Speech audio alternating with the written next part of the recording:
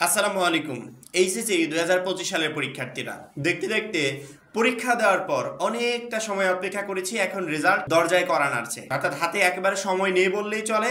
শিক্ষা বোর্ড থেকে চূড়ান্ত অ্যানাউন্সমেন্টের পালা এবং সেই সময়টা বলে দেওয়ার পালা যে অ্যাকুরেটলি কয়টার দিকে 16 অক্টোবর আমাদের এইচএসসি 25 পরীক্ষার রেজাল্ট প্রকাশ পাবে। এইচএসসি 25 রেজাল্ট সবার আগে পেতে প্রত্যেকটা শিক্ষার্থী এখনই প্লে স্টোরে যাবে, প্লে স্টোরে গিয়ে সার্চ অপশনে গিয়ে সার্চ দিবে অলওয়েজ আপডেট লিখে সার্চ দেওয়ার সাথে সাথে এই দেখো মার্ক করা যে অ্যাপসটা দেখতে পাচ্ছ আমাদের অফিসিয়াল অ্যাপস, এই অ্যাপসটাকে ইনস্টল করবে। আমার ইনস্টল করা আছে, আমি জাস্ট ওপেনের উপর ক্লিক করছি।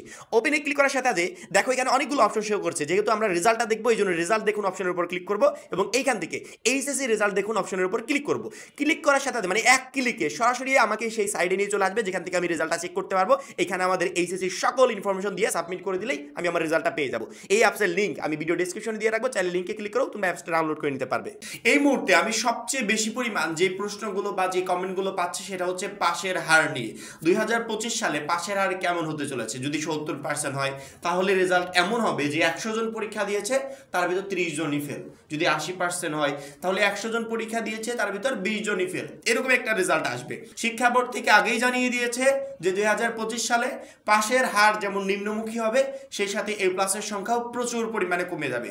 এই কথাগুলো শোনার পর থেকে শিক্ষার্থীদের প্রশ্ন, তাহলে কেমন হতে চলেছে 2025 সালের পাশের হার? মাত্র 310 টাকায় যারা এখনো আমাদের জাতীয় বিশ্ববিদ্যালয়ে ভর্তি পরীক্ষার প্রস্তুতি কোর্সে যুক্ত হন, খুবই দ্রুত করো, কারণ কি একটা মাত্র কোর্সে তুমি সকল সাবজেক্টের সাজেশন পাবে পিডিএফ আকারে। বিগত বছরগুলো জাতীয় বিশ্ববিদ্যালয়ে ভর্তি পরীক্ষার টোটাল প্রশ্ন ব্যাংক পাবে পিডিএফ আকারে, সেই সাথে প্রত্যেকটা সাবজেক্টের গুরুত্বপূর্ণ এমসিকিউ থাকবে পিডিএফ আকারে, পড়াশোনার রুটিন, ভর্তি পরীক্ষার গাইডলাইন, এভরিথিং থাকবে এই একটা মাত্র কোর্সে, যেই কোর্সটা তোমাকে কয়েক হাজার টাকা খরচের হাত থেকে বাঁচাবে। এই জন্য যারা এখনো কোর্সে যুক্ত হন, উপরে যে নাম্বারটা দেওয়া আছে এই নাম্বারে 310 টাকা সেন্ড মানি করে এই নাম্বারেই হোয়াটসঅ্যাপে আমাকে জানাবে ভাইয়া সেন্ড মানি করেছি, সাথে সাথে তোমাকে গ্রুপে যুক্ত করে নিব, তখন থেকে তোমার ভর্তি পরীক্ষার প্রস্তুতি শুরু হয়ে যাবে। 2025 সাল নিয়ে কথা বলার আগে যদি 2024 সাল নিয়ে কথা বলি, 2024 সালে পাশের হার ছিল, মানে গড় পাশের হার ছিল সকল বোর্ড মিলে 77.78%, অর্থাৎ 77.78%। তার মানে কি, যারা পরীক্ষা দিয়েছে এই টোটাল শিক্ষার্থীদের ভিতর 77% শিক্ষার্থী পাস করেছে, অর্থাৎ 100 জনের ভিতর 77 জন পাস করেছে, 23 জন বাদবাকি ফেল। এরকম একটা রেজাল্ট ছিল 2024 সালে। তবে 2024 সালে আমরা আশা করেছিলাম মিনিমাম পাশের হার থাকবে 90% এর ঘরে। কেন আশা করেছিলাম? 2024 সালে সকল পরীক্ষা হয়নি, আবশ্যিক কয়েকটা সাবজেক্টের পরীক্ষা হয়েছিল, আর গ্রুপ ভিত্তিক মনে হয় 1-2টা সাবজেক্টের পরীক্ষা হয়েছে, বাদ বাকি কোনো সাবজেক্টে পরীক্ষা হয়নি। এখন এই সাবজেক্টগুলো পরীক্ষা না হওয়ার কারণে সাবজেক্ট ম্যাপিং হয়েছে, মানে এসএসসি থেকে জিপিএ নিয়ে এসে পরবর্তীতে সাবজেক্ট ম্যাপিং করেছে। এখন যখনই একটা শিক্ষার্থীর এতগুলো সাবজেক্টে সাবজেক্ট ম্যাপিং করা হয়, ওইখানে কিন্তু পাশের আর একেবারে উচ্চমুখী থাকার কথা, মানে কেউই ফেল করবে না তেমন একটা, সবাই তো এসএসসি পাস করেই ইন্টারমিডিয়েটে আসছে।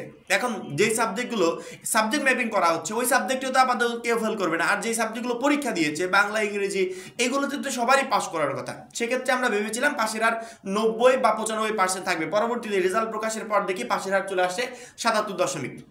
এই একটা কথা হলো, মানে এরকম একটা রেজাল্ট হতে পারে আমরা কেউ কল্পনাই করি নাই।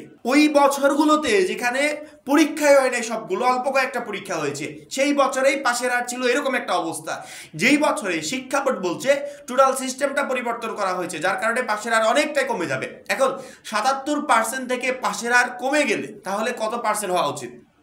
এইটা নিয়ে সবার টেনশন। তবে ব্যক্তিগত আসলে রেজাল্ট প্রকাশের আগে মতামতগুলো পেশ করা উচিত না, তারপরও আমি আমার জায়গা থেকে এতটুকু বলতে চাই যে পাশের হার, মানে খারাপ লাগলেও, শুনতে খারাপ লাগলেও এটাই চিরন্তন সত্য হবে যে পাশের হার 60 থেকে বা 65 থেকে 70%-এর ঘরে আসবে। 60 থেকে বা 65 থেকে 70%, তার উপরে যাবে না। হয়তো কোনো বোর্ডে 70% পাস করবে, কোনো বোর্ডে 75% করবে, কিন্তু গড় পাশের হার 60 থেকে 70% এর ঘরে নেমে আসবে। কারণ কি, বিগত বছরগুলোতে আমরা দেখেছি যেই বছরগুলোতে অল্প কিছু পরীক্ষা হয়েছে, সাবজেক্ট ম্যাপিং হয়েছে, শর্ট সিলেবাস ছিল, ওই বছরগুলোতেও পাশের হার অনেক নিম্ন পর্যায়ে ছিল। সাধারণত এইচএসসি পর্যায়ে রেজাল্ট এরকমই হয়, 9 লাখ শিক্ষার্থী পরীক্ষা দিয়েছে 4 লাখ শিক্ষার্থী ফেল, 8 লাখ পরীক্ষা দিয়েছে 3 লাখ ফেল, এরকমই হয় প্রতি বছর রেজাল্ট। ওই বছরগুলোতেই যদি রেজাল্ট এরকম হয়, সেক্ষেত্রে 2025 সালে শিক্ষা বোর্ডের তথ্য মতে পাশের হারটা আরেকটু কমে যাবে। তবে আমার মনে হয় না যে শিক্ষার্থীদের এই বিষয়গুলো নিয়ে অতিরিক্ত মাথা ঘামাতে হবে বা অতিরিক্ত টেনশন করতে হবে, কারণ কি, যারা ভালো পরীক্ষা দিয়ে আসছে, এখন একটা প্রশ্নে তুমি 8 পাবে, শিক্ষক তো ওই 8 কমিয়ে 5 দিবে না, না, শিক্ষক সর্বোচ্চ চেষ্টা করবে একটা শিক্ষার্থী যা লিখেছে তার উপর বেস্ট একটা নাম্বার দেওয়ার জন্য।